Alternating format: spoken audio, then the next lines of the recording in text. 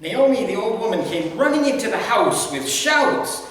Her old wrinkled face was beaming. She was now able to push back her cheeks and actually form a smile. Prior to this, smiles were hard to come.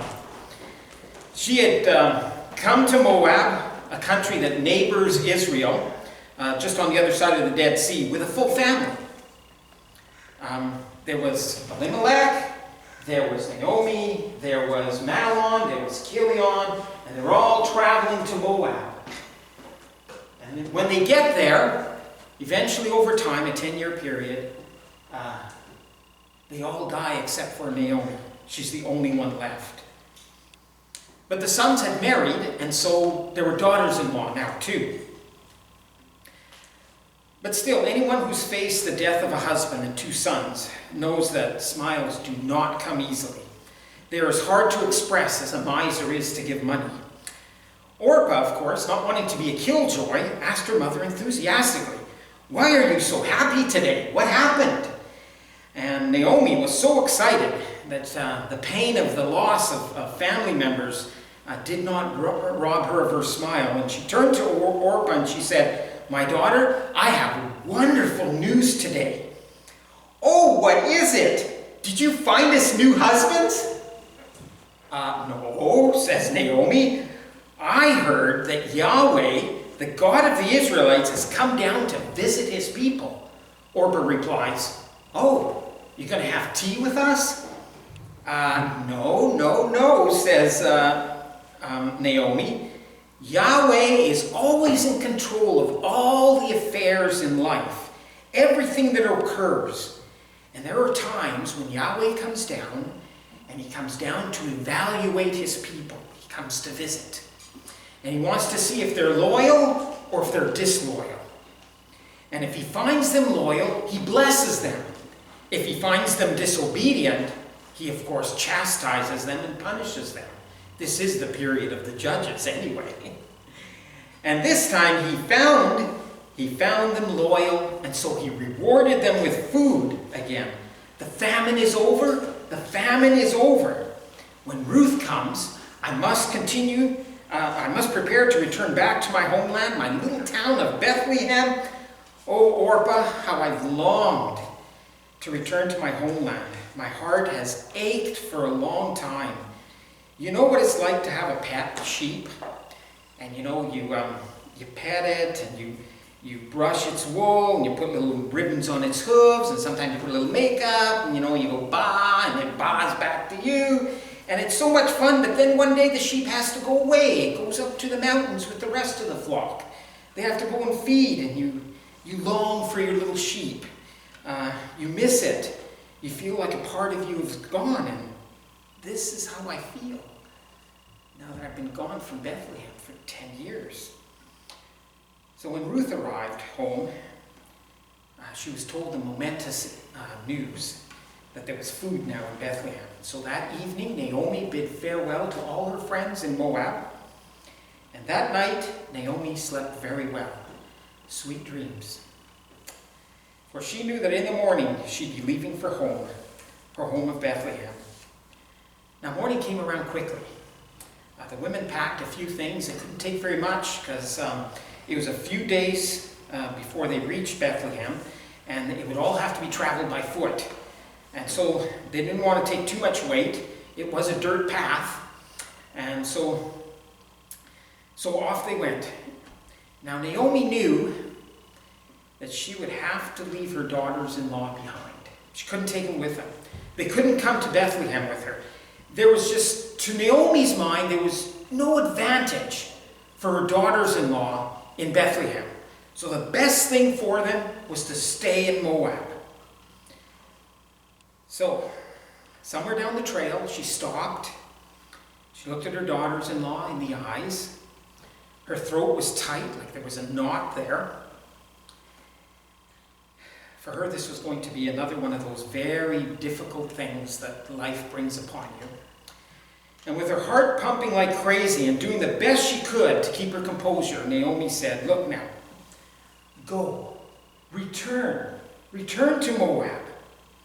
I want each of you to return to her mother's house." Now, her mother's house is that room where marriages would be arranged. Perhaps even the consummation of a marriage would happen in that room.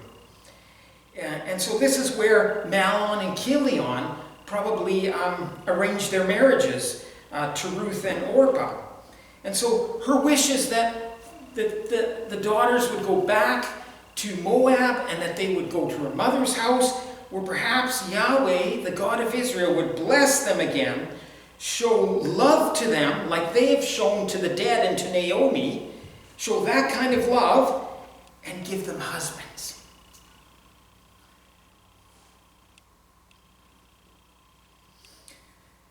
For Naomi, she couldn't have had any better daughters if they had even come from her own womb. And so she says, I'm very sorry that our relationship must now come to an end. I will leave you in the secure hands of Yahweh. You no longer have any obligations towards me. So return, my daughters, go. May Yahweh grant each of you you'll find security and rest in the house of your future husband. Yahweh is faithful and loyal to do this for you, and he is better to you than I will ever be remaining with you. Naomi then embraces her daughters. She kisses them goodbye. As far as she's concerned, she'll never see them again. The tears are flowing like a dam that has too much water, too much of a water volume, and it bursts open. So the tears burst open and they're flowing down and they're dripping off the edge of the jaw. The women shout aloud. This was the practice that back then, we don't tend to do that, but we tend to be quiet. But that was not them. They shouted aloud because somehow this felt like a funeral again. It might as well have been, because they won't see each other again. And that sense of loss is just too much for the women.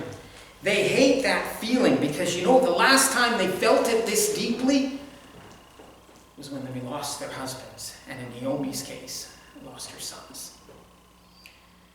They wipe their eyes and their cheeks, and with strong resolution they tell Naomi, no, we will return with you to your people. We don't want to leave you. We're going with you. And Naomi is somewhat taken aback. She knows that somehow she has to convince her daughters-in-law, because for them to return with her to Bethlehem means a miserable existence for them. Chances are much better in Moab for a marriage and a happier life. Plus they have relatives there, and they have nobody in Israel. Her heart is torn though, because on the one hand, Naomi needs her daughters ever so much. She's an old woman who's really probably not able to fend for herself. Who's going to get her food? There's no supermarkets. You got to go out to the field and glean it. And in chapter 2, you'll see it's not Naomi that goes out to the field to glean. It's Ruth. So the impression I get is that, she can't really fend for herself that well. She is lonely. She'll need company. Ask old people what they dislike about living by themselves, and it's the loneliness. They hate that loneliness. Nobody to talk to, nobody to relate to. Why do you think they're on the phone all the time, right?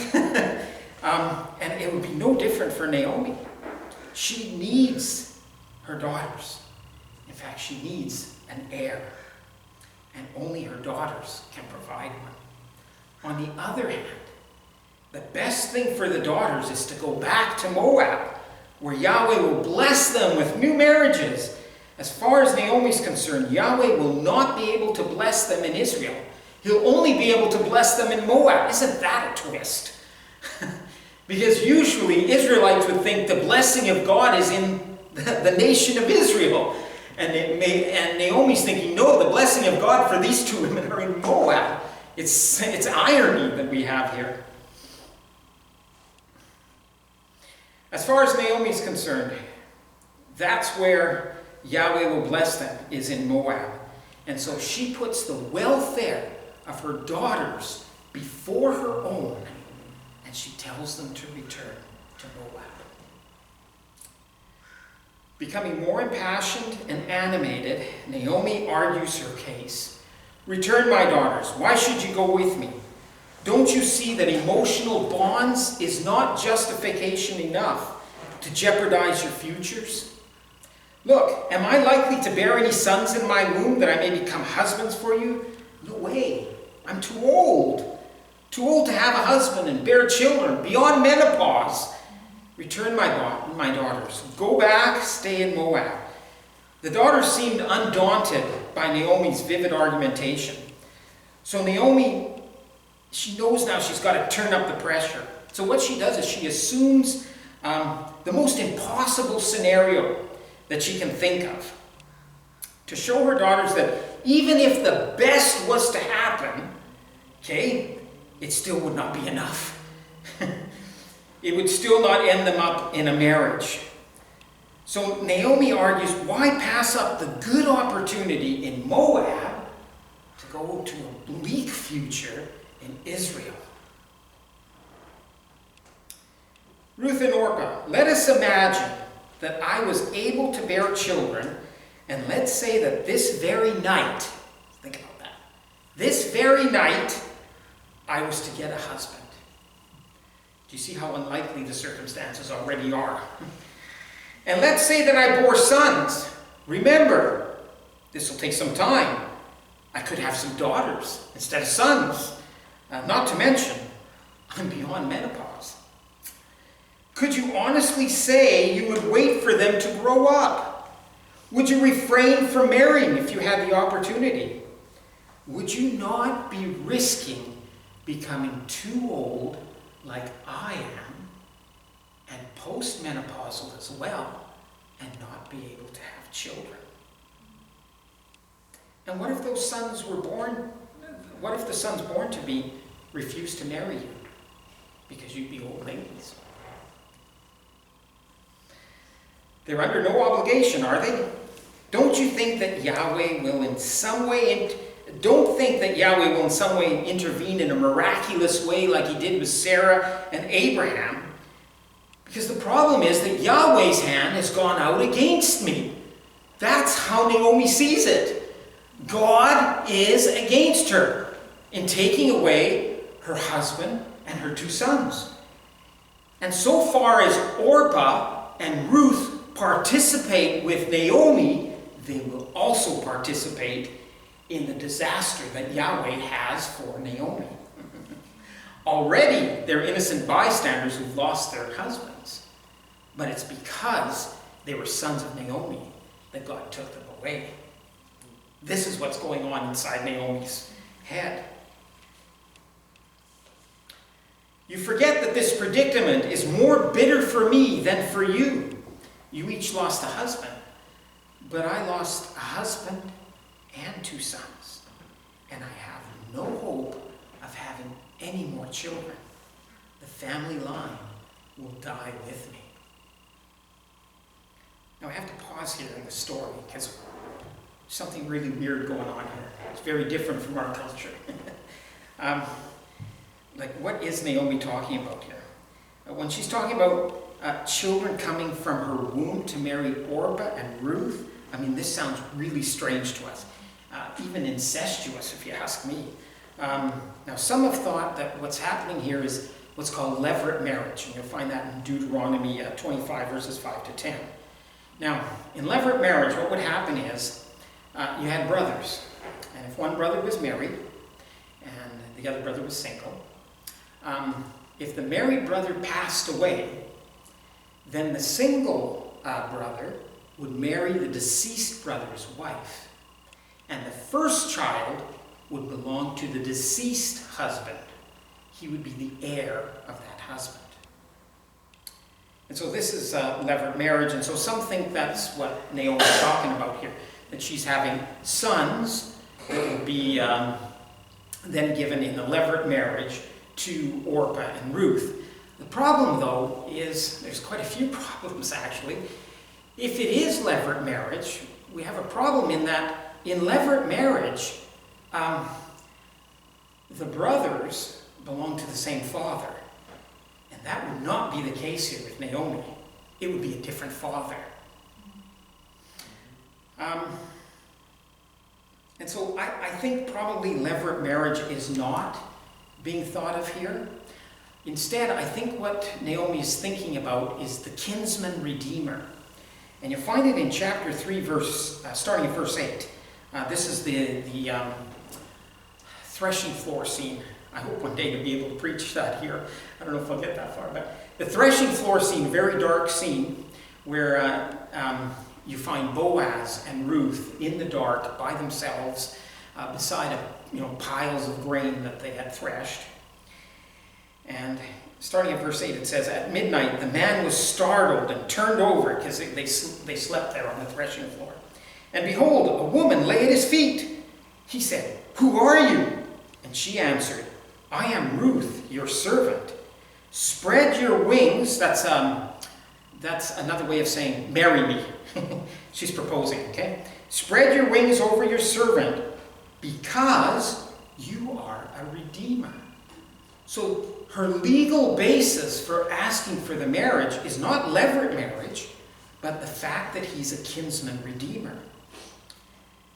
And so that's why I think that's probably what Naomi is thinking about back in chapter 1, is more the kinsman redeemer model. Now, that doesn't solve all our problems in understanding the text, because elsewhere in the Old Testament, the kinsman redeemer had 4 duties.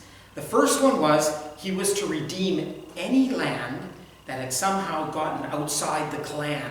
So Israel was divided into tribes, and then the tribes were divided into clans, or family groups. Okay, and so if somehow an Israelite had stole property outside the clan, then it was the kinsman redeemer's duty to go and buy that land back to bring it back into the clan.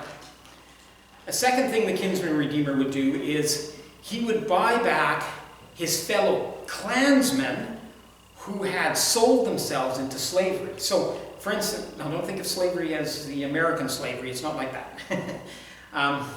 There's no torture or anything like that going on. So what would happen is an Israelite gets really poor, and he hasn't got enough money to provide for his family and so on and so forth. So he would sell himself to an Israelite. In other words, he would become a permanent employee of that Israelite. And that Israelite was responsible to take care of that Israelite, and that Israelite would then work for him. And so the kinsman redeemer would then go in there and he would buy back that clansman so that he could come back into the clan and work his own land again. So that was the second function. The third function was the kinsman redeemer would revenge any murder that would occur. And the fourth one was if there was money owed to a deceased clansman, the kinsman redeemer would go in and receive that. So those are the 4 functions that are given throughout the Old Testament, but there's no mention of a kinsman redeemer having to marry a fellow clansman. So that is a difficulty. However, Ruth does say, it's because you're a kinsman redeemer. On that basis, I'm asking you to marry me. So perhaps the laws for the kinsman redeemer had extended themselves a little bit. Okay, so I think that's what's happening here. It's the duty of the kinsman redeemer. So the women burst out into loud wailing. The tears flow again. The throats become sore. Naomi has presented a very compelling case, but the two daughters find it very difficult to leave her because Naomi's been their mentor. They've all experienced the loss of husbands.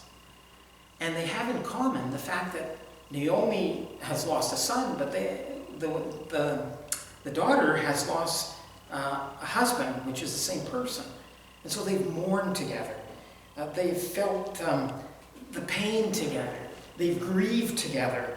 And so there's a very strong bond between Naomi and Orpah and Ruth. In fact, you will never find in the text where Naomi calls them daughters-in-law. Never. It's the narrator that tells you they're daughters-in-law. Naomi always says daughters. because of this close bond. Can a mother leave her daughters without feeling this grief, loss, perhaps desperation? Can loyal daughters abandon their mother? These are not easy decisions.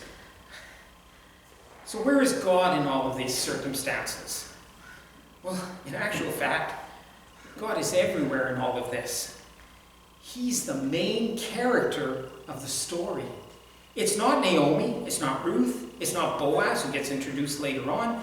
No, God is the one who is there every stage of the character's life. He lurks behind every scene. His hand is present everywhere. Everything that's happening is being guided by him and controlled by him. It's no different in our lives.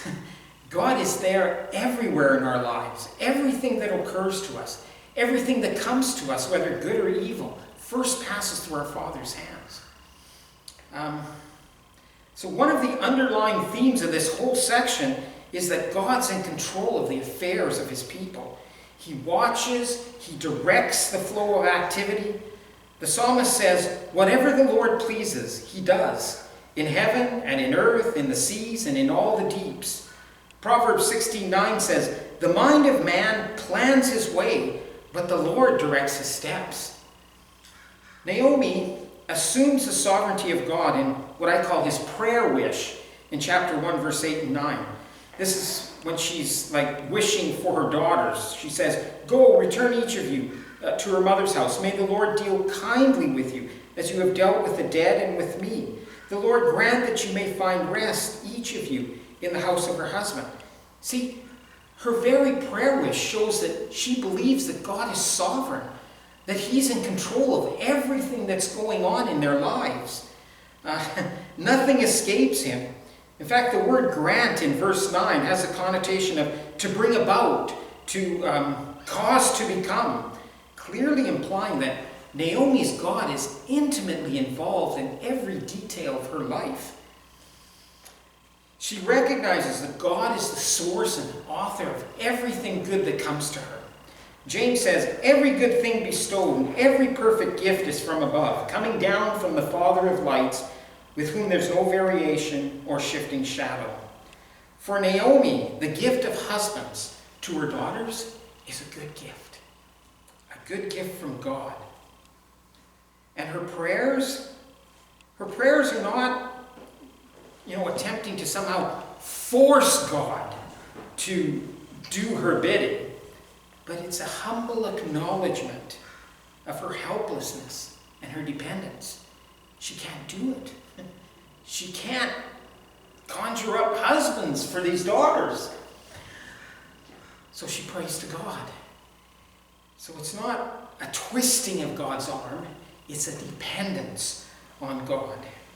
In effect, every time we pray, we confess that we're impotent to bring about the things that we need, but that God is sovereign and he's omnipotent. Secondly, notice Naomi assumes God's sovereignty in her complaint in chapter 1, verse 13. It's exceedingly bitter to me for your sake that the hand of the Lord has gone out against me. She's complaining about God taking away her husband and 2 sons. And she blames God for the loss of the family. And yes, Yahweh is responsible for taking away Elimelech, Mahlon, and Chilion. It is God's prerogative to give life and to take life. Earthly life is not something that we own, that we have a right to. It's something of a gift from God for a period of time. He sovereignly gives and he takes away. Thirdly, notice how in verse 6 it says that the Lord caused there to be food again in Bethlehem and all of Israel, presumably. It says, she had heard in the fields of Moab that the Lord had visited his people and given them food. So the Lord is intimately part of life. Sure, you could say, yeah, the farmers grew it. Yes, that's true, the farmers grew it. But you know what? It's still a gift from God. God works through the affairs of humanity. There's an inclusion here. For those of you who are not familiar with an inclusion, inclusion is where a word, a phrase, or a concept occurs at one place in the text, and then it repeats at another place in the text. Bracketing the whole thing around the theme, like the whole thing from one point to the other, is bracketed around this theme that that word, phrase, or concept has given us. And so, for instance, in 1:6, that is the first report of God's direct activity in the book of Ruth. And it only occurs one other time. And that's in chapter 4, verse 13, where it says, "The Lord gave her, Ruth, conception, and she bore a son." So we have here a theological inclusion. So from 1:6 to 4:13, these are signposts. One at the beginning of the story, where there's actually a change of fortunes, right? And one at the end, which is at the climax. I mean, this is what the book's about, is that they get an heir. And the book ends with a genealogy of David. Why is it so important to have an heir? Because no heir, no David. And so the whole thing is bracketed around this whole idea that God's involved in the affairs of common human beings.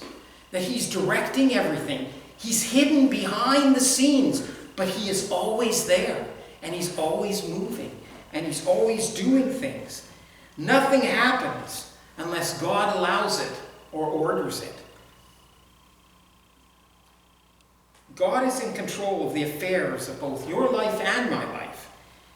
He knows and is in control of everything. Finances, family, the joyful, the difficult times, the rain and the sun, the emotions, the thoughts, desires, ambitions, physical ailments, victories, business, marriage, and on the list goes.